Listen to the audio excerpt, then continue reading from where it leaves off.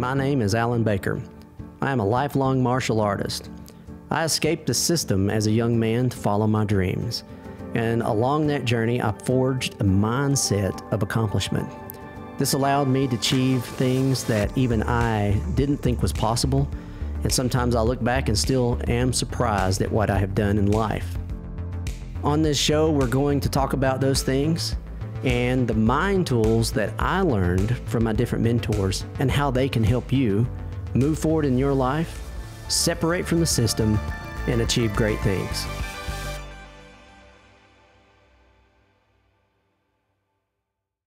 Okay, guys, today we're going to be touching on the topic of morning routines. And I was very fortunate when I was a young man, in my early teens actually, to get introduced to this concept of a morning routine. Now, we didn't really call it a morning routine at that time. Pretty much my teacher just said, look, I want you to get your ass out of bed early, and you're going to do these things every day because it's going to have a positive effect on your life. And it's going to help you better yourself. And at that time, you know, I was heavily focused on the martial arts. So that's one of the things that drove me to do those, to get up early and do those things. And then I started to see the value in it after doing it consistently for a while. I started to notice the powerful changes that were happening, and I started to carry it over into other areas of life. And it is something that I've maintained for decades now. So, and I commonly got this question when I would discuss putting together morning routines. And, you know, I specifically believe there's certain elements that should be plugged into a morning routine. I hear this quite often when I'm talking about the subject is, my morning routine is coffee, I read a book, and clear my mind and just get ready for the day. That's my morning routine. I think they should be a little more organized, and I think that there's specific elements that you can plug into it that'll make you better or make your routine better, and thus improving life and your effectiveness on every day. So some of those areas we're going to talk about today on the show. Now, generally for me, one of the first ones is just water in the morning. So something I commonly do is I will get a gallon of water, and I cut up lemon slices, and I will fill the container with that, and I'll pour the water in on top of that. Now, generally, I'll do that the night before, so by the time I get up the next day, this water's ready for me. And I have found it's way easier to drink when prepared that way than just drinking regular water. It helps me get my goal amount in daily. And, you know, some of the reasons for this is obviously just hydration. You know, especially if you are active, if you're training in the academy or if you're getting in the gym in the morning, it's difficult to take in enough water on a daily basis. You know, you have to have some sort of daily routine to start to plug that in. Many people will buy a container, and that container will hold a certain amount of water, and they'll say, by the end of the day, I need to drink 3 of these, 2 of these, whatever the amount is for the container. And they'll do that as trying to build a habit just to maintain good hydration. And you know, good hydration is important. One of the main reasons is it will boost metabolism. And, you know, if you are fitness minded and if you're on that diet and you're trying to make some physical changes, metabolism will have a huge effect on that. So it is equally important to get hydrated for that reason. Maintaining hydration will flush toxins out of the body.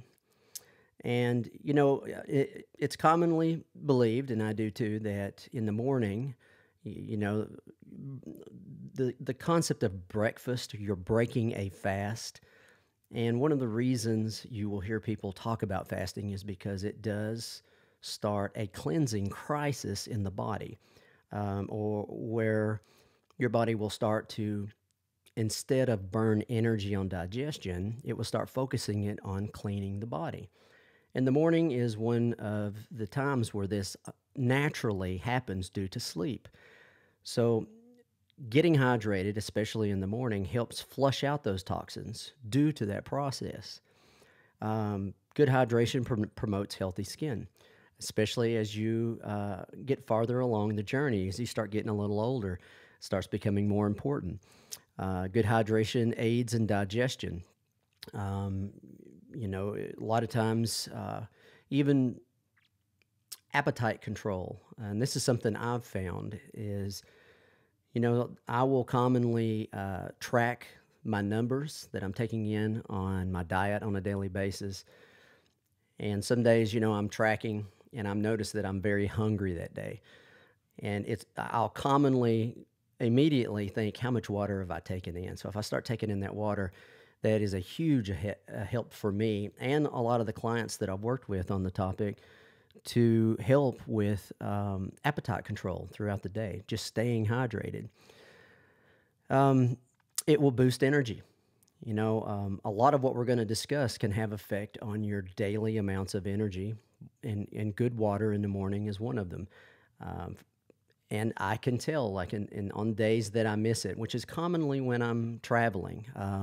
I will have 2 or 3 months out of each year that I am gone the entire month. I'm just doing a teaching tour around the United States, law enforcement agencies, bodyguard schools, so on and so forth. And due to travel, it's difficult to sometimes stay hydrated. And for that matter, sometimes make it in the gym in the morning. It takes a lot of extra planning and effort to do so. And I will have days where I'll miss the optimal amount of hydration right away. I can tell it, based on just my daily amounts of energy. Um, Additionally, good weight loss, as we mentioned, it supports. Good hydration, as we mentioned, supports weight loss.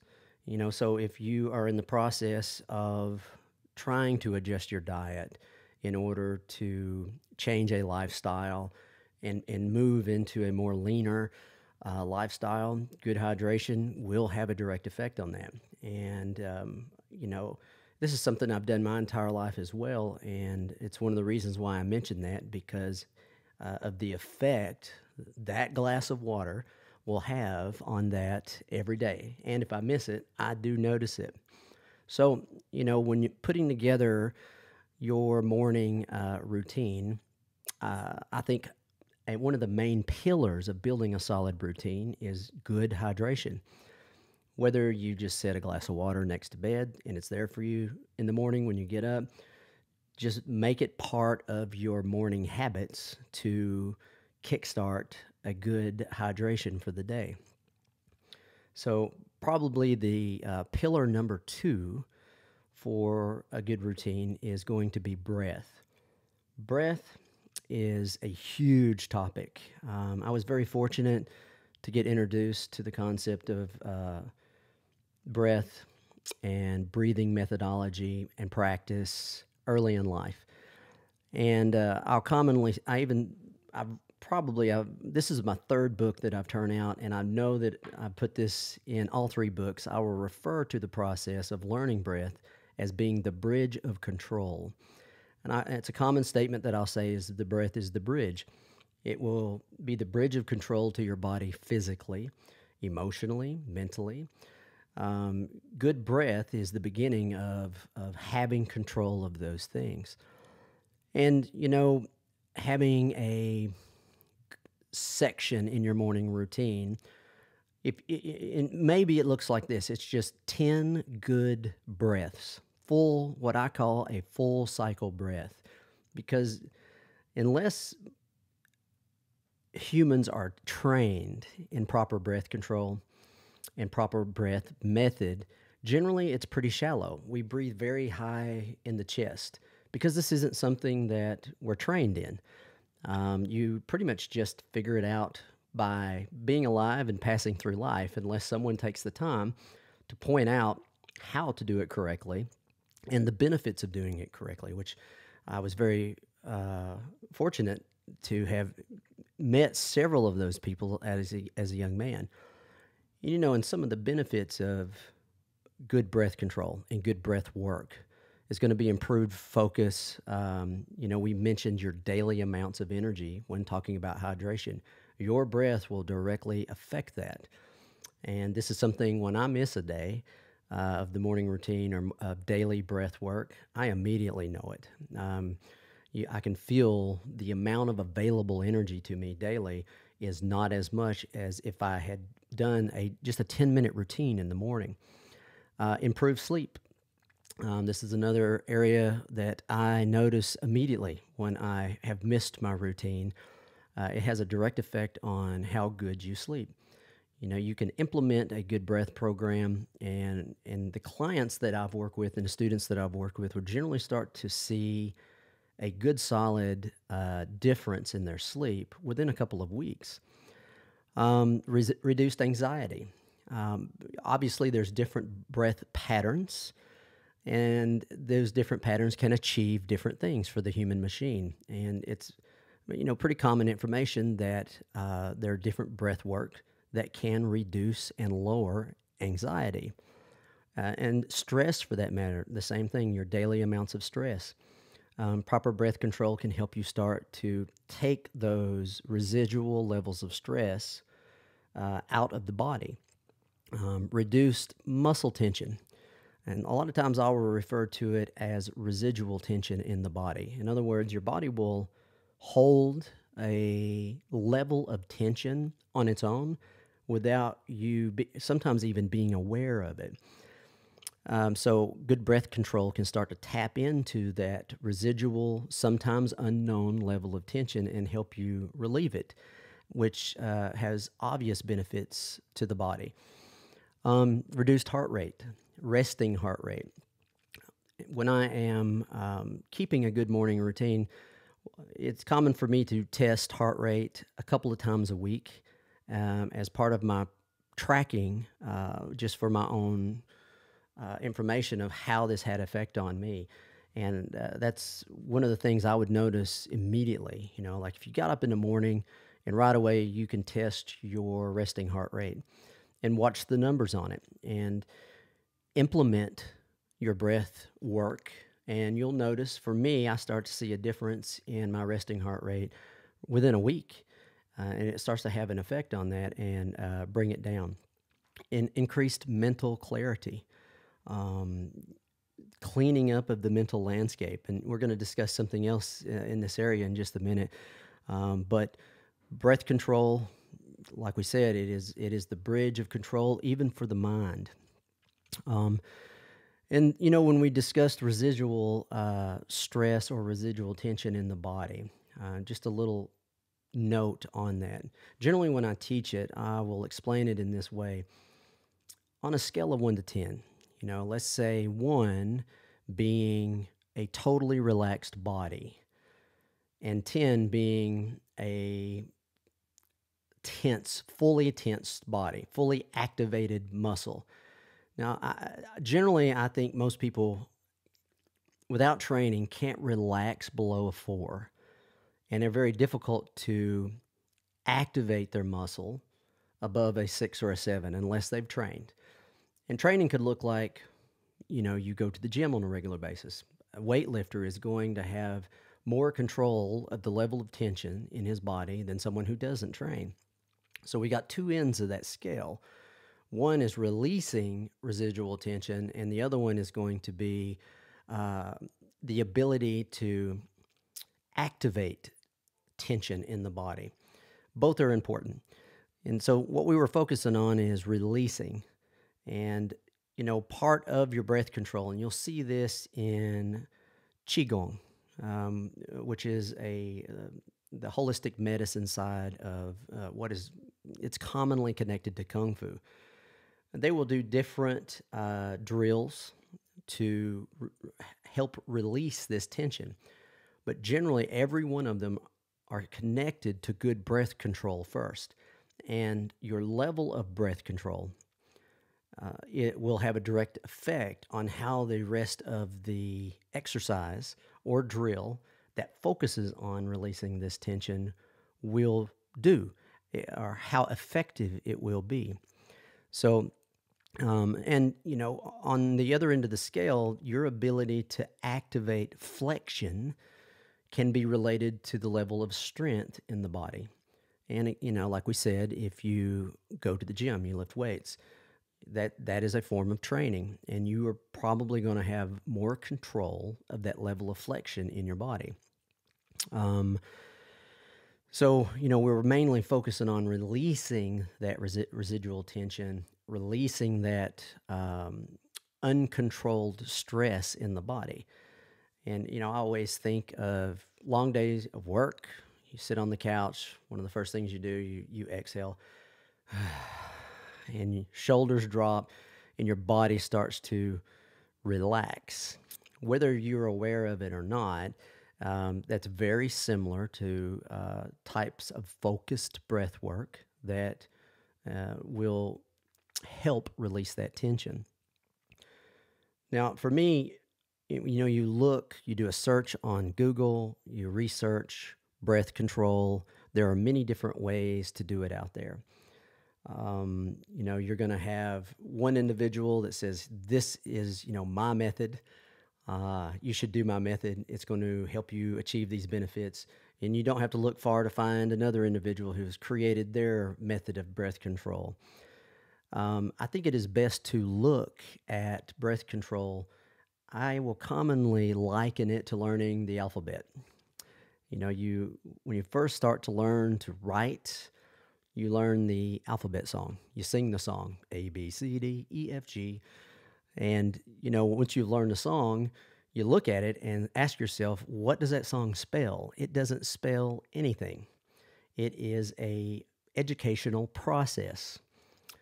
So it is used to build a good foundation to educate you on your future of writing.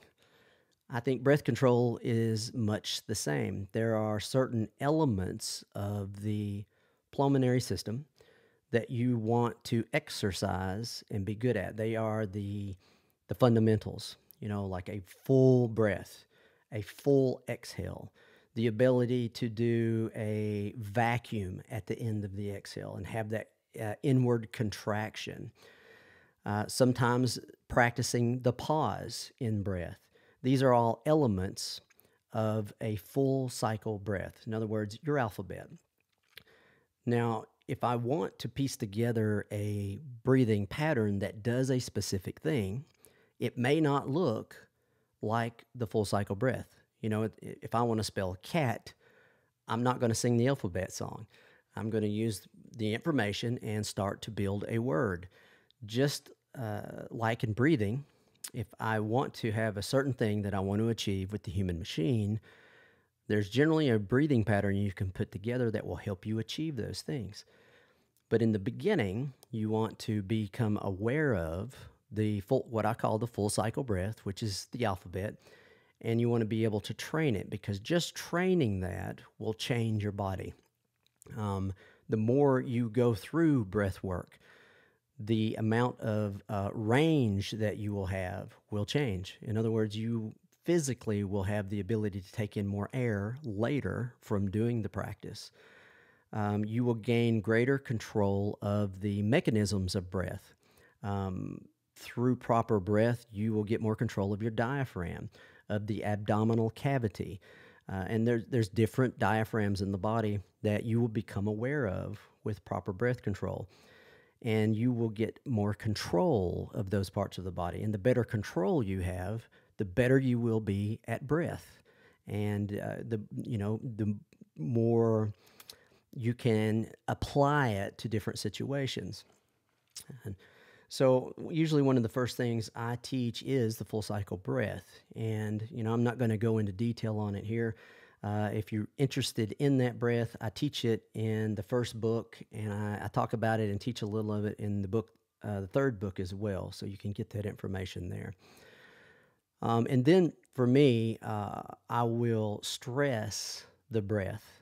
And I may not see this so much in like the holistic approach to breath, because it's probably more common to do breath work in order to release tension, relax, work on getting anxiety out of the body. But there is also a study of breath control that is going to be more warrior based. And this obviously comes out of different systems of the martial arts. They want to get masterful at breath control because they want to exist in a chaotic state and have more control of themselves in that state, physically, mentally, emotionally. So once they understand and train that full cycle breath in their body, they will start to stress it in some way. And when I teach this, one of the first things I will do with a client or a student is I'll have them start to do a slow jog while doing the full cycle breath. So you've got it down pretty good. You've ingrained it in the body through repetition and consistency, and you're feeling pretty good about it. So what we'll do is we'll get started on the breath, and we'll start doing a slow jog. Now, what I'm looking for with the jog, and the pace will change according to where you are with your training. You might have to step it up a little bit, but at some point, you're going to start to feel what is referred to as breath starved. I will maintain the full cycle breath, and I might hit a moment where I feel like I'm not getting enough. And I want to take over the full cycle breath and start breathing quicker. And one of our goals when we do this exercise is to separate the tempo of breath from the tempo of the body. So your running rate, the tempo that you're following with your body, sometimes if you don't pay attention, your breathing pattern will just naturally follow it. But we want it separate. You know, if I'm on a double time with my body, I'd like to get my breathing pattern trained so it is still on a normal rate up to a certain level of stress. Now, when I feel that level of stress, I start to feel that breath starve. That is my max. You know, it's like measuring your max on your bench in the gym. And you have to move forward and train and adjust some of your training in order to change that. And it might take, like for me, when I first learned this, it might have taken 6 months for me to start to increase the tempo of the body and be able to do that, but still maintain the same breathing rate that I was doing. And this all we wanted to develop this because it is an element of a predatorial state. In other words, a state that you could enter into when you have to deal with something like a fight, or you have to run. You have to do something physical, but you need to maintain control of the body. So that's the beginning of that more warrior-based idea of breath control. And like I said, there are two paths. One is going to be more release of tension, release of anxiety. It's more health-based. But it's good to be aware that there's a whole other area of training that's more warrior-based for individuals that, they're going into a chaotic environment or they're training to be in that environment, and they want to operate physically at a higher level. So that's a little information on the pillar of breath. So we've done water. We've talked about breath. For me, the next one, the third pillar, is the mind. And, we referenced Qigong a little while ago from Chinese boxing or Kung Fu systems. And training the mind is, we could talk about this for a couple of hours. But one of the main things in the beginning is just practicing your ability to clear the internal landscape. I remember when I learned it from my teacher at a young age. I actually wrote about this in the book too. I tell the story.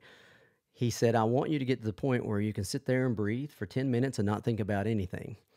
And if you've never tried that, it is very difficult to clear the mind and try to keep it clear. I don't know that you ever get to the point where you can do it. I got better at it as I trained it over the years, and this is something I still train to this day, and it gives me more access to my mental landscape. It helps me take out the trash. And that's one of the things that when it was first introduced to me, my teacher wanted me to do. I had a very busy mind as a kid. I was very active. ADHD. If you haven't read the book, they sent me home with a letter telling my parents, this kid is nuts. Please put him on some drugs so that we can control him and keep him in line at school. And I was very fortunate that my parents or my mom decided not to do that. In the process of looking around for other answers, I got introduced to the martial arts. And once introduced, I met one of my mentors that introduced me to this idea. He said, "You are going to have to get control of yourself." And he started to teach me the methods to do that, which is led to the information we're talking about today. So, under the pillar of mind, one is just clearing your internal landscape. One of the ways that he had me do it is turning off the noise that gets plugged in to your landscape every day. And at that time, a big source of noise for me was television, radio, and I was a teenager, so gossip was a big part of it. And he asked me to start eliminating those things, which for a young teen, that was pretty damn difficult, let me tell you. But fortunately, I was very driven, very focused on the martial arts. I had big goals and I wanted to achieve them, and I did it. And, I can say even now, I haven't, for example, I haven't owned a TV since the early 90s. It's just noise to me. And again, that's not for everyone, but that's part of my story. And one of the reasons I don't is because it just puts more information in there than I need. I'm very focused with my time and my mental energy and what do I want to achieve with it. So having that extra landscape internally helps me achieve those things. And it helps me focus more on a daily basis. And what you focus on is where you go. And the level of focus that is available to you has a direct effect on that. And for me, even currently, one of the things that put noise in there is the cell phone. I have conversations with a buddy. I recently sent out copies of the third book and had some friends read it in order to get some reviews on it. And one of the big things he got out of it was he realized that when he woke up in the morning, half awake, his hand automatically went toward the cell phone and he would pick it up and start scrolling through Facebook, through Instagram. And he noticed after reading the book, he started to pay attention to how much time would go by. So he'd wake up at 6. And some days he'd get caught up in this machine until like 9 in the morning. So he just blew a couple of hours of time, of life. And it really pointed it out to him. So he started trying to change that daily habit. So, that's generally the first thing under that mind column is just clearing the landscape and leading into more mindfulness, more focusing your mental energy in a specific area. You are in control of where you focus your mind. You're very mindful of it. I don't spend a lot of time thinking about in the future or lost in the past. In this moment. And, that's a common thing that's said about Qigong and mind training. But once you start to pay attention to it and realize how much time you spend in the future, how much time you spend in the past, and not actually in this moment, enjoying the time you have, that's very important. Past that, for me, would be visualization. And a lot of times you can have specific visuals that are related to whatever your goals are in life that you can focus on. Now, this type of routine may only be 5 to 10 minutes in the morning. It doesn't have to be a lot, but the more organized it is, and you have to put some thought into it in the beginning. What are your life goals? What is the life blueprint that you have? What are the visuals that are related to that? And you can say, in the morning, I'm going to put that visual movie or program in my mind.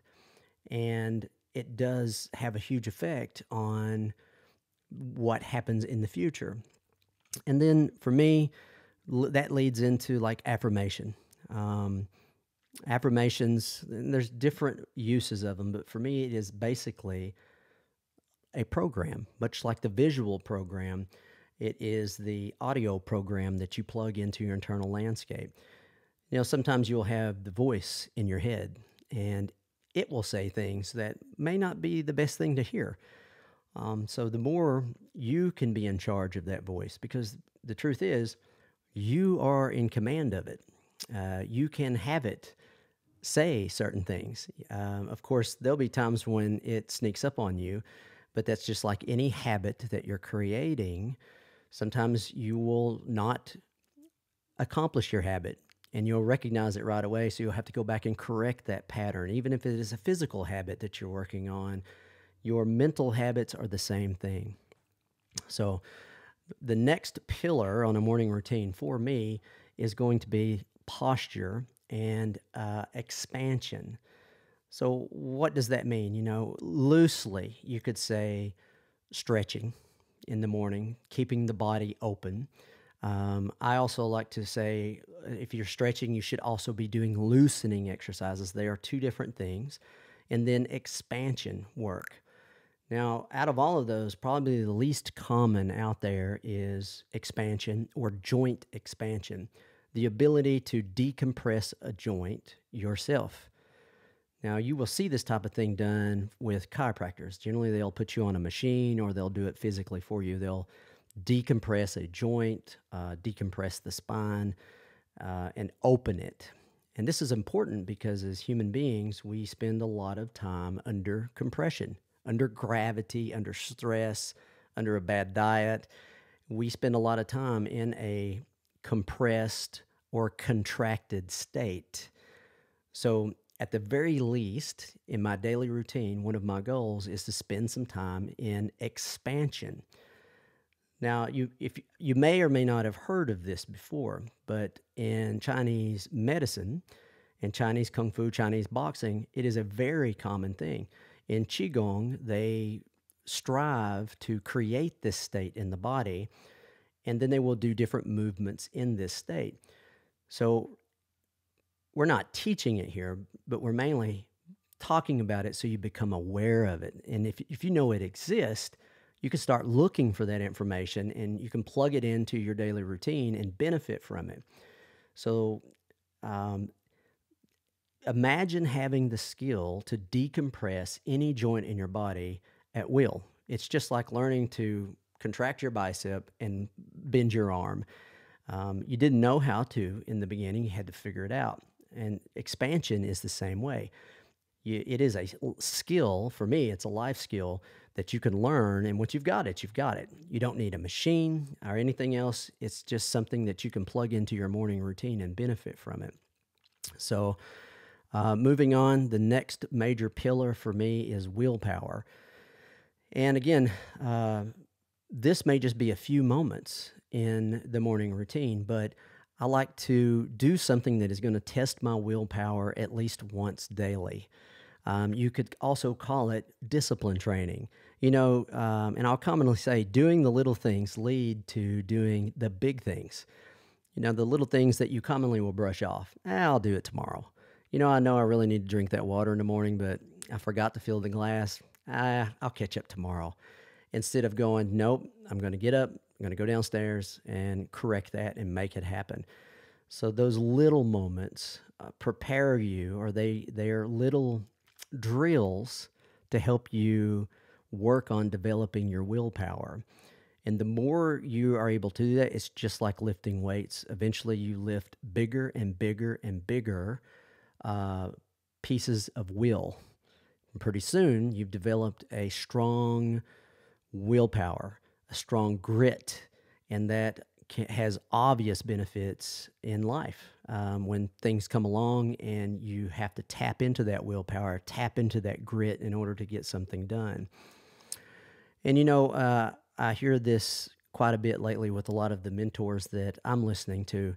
How you do anything is how you do everything. And that goes back to what we said, doing the little things leads to doing the big things. So this related to willpower, what are the little things that you, in your mind, you go, I don't want to do that. And you could pick it, like getting up and just going to the gym sometimes for individuals is, man, I don't want to go outside. It's cold. I don't want to drive to the gym, but you do it. And the more you practice that decision-making process, that disciplined decision-making process, the better you will get at it. And you will start to create that disciplined habit, that will habit, the habit of grit. And that is an important thing to have, especially in a warrior-based mindset. And that leads into the next pillar for me, which is some type of strength training, whether it is going to the gym in the morning or doing body weight exercises next to the bed when you get up in the morning. And, you know, we mentioned earlier the scale of residual tension in the body, but we mainly talked about releasing tension. But we also mentioned that you can practice creating higher levels of flexion on the other end of the scale. And your ability to activate higher levels of flexion is directly related to strength training. Now, you'll automatically start doing this if you weight train, for instance. If you body weight train, you will start to develop higher skill in this area. But again, looking into Chinese boxing, Qigong, and Kung Fu, they had specific methods of training this idea.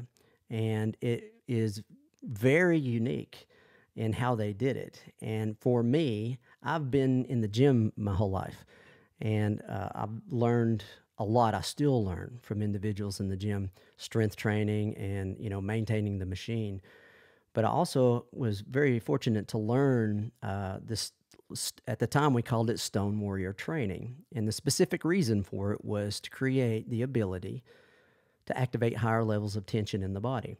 And you could do this while doing a bench press. You don't necessarily have to apply it in just, for instance, a Kung Fu drill or a martial arts-based drill.